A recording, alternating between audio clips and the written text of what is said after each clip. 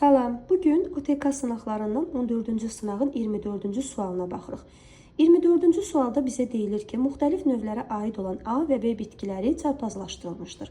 A növünə aid bitkinin tozcuğundakı spermlərdə xromosomların sayı cəmi 22-yə bərabərdir. İki bitki var, A bitkisi və B bitkisi. A bitkisində deyir ki, tozcuqların spermləri, 2 dənə spermi bilirik iştirak edir. Cəmi 22-yə bərabərdir. Çarpazlaşma zamanı 2 qat mayalanmada bilavasitə iştirak edən hüceyrələrdə cəmi xromosom 94-dür. 22-ni artıq bilirəm A bitkisinə aiddir.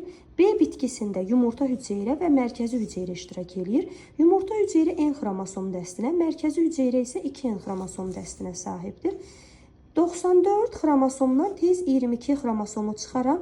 Görüm yerdə B bitkisinə aid nə qədər xromosom qalır.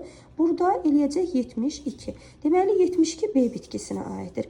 B bitkisində N xromosom dəsti, üstəgəl 2N xromosom dəsti 3N edər. 3N bərabər olacaq 72-yə. Buradan da N-i taparam ki, N də bərabərdir 24-ə. Bu yumurta hüceyrənin xromosom dəstidir. 2N də bərabər olar 48-ə. Bu isə mərkəzi hüceyrənin xromosom dəstidir. Bizdən nəyi soruşur? B növünə aid yarpaq hüceyrəsində anafaza mərhələsində cəmi neçə xromosom olar?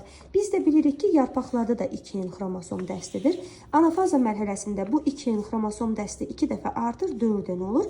48-də 2 dəfə artacaq, olacaq 96. Cavabımız eləyəcək 96.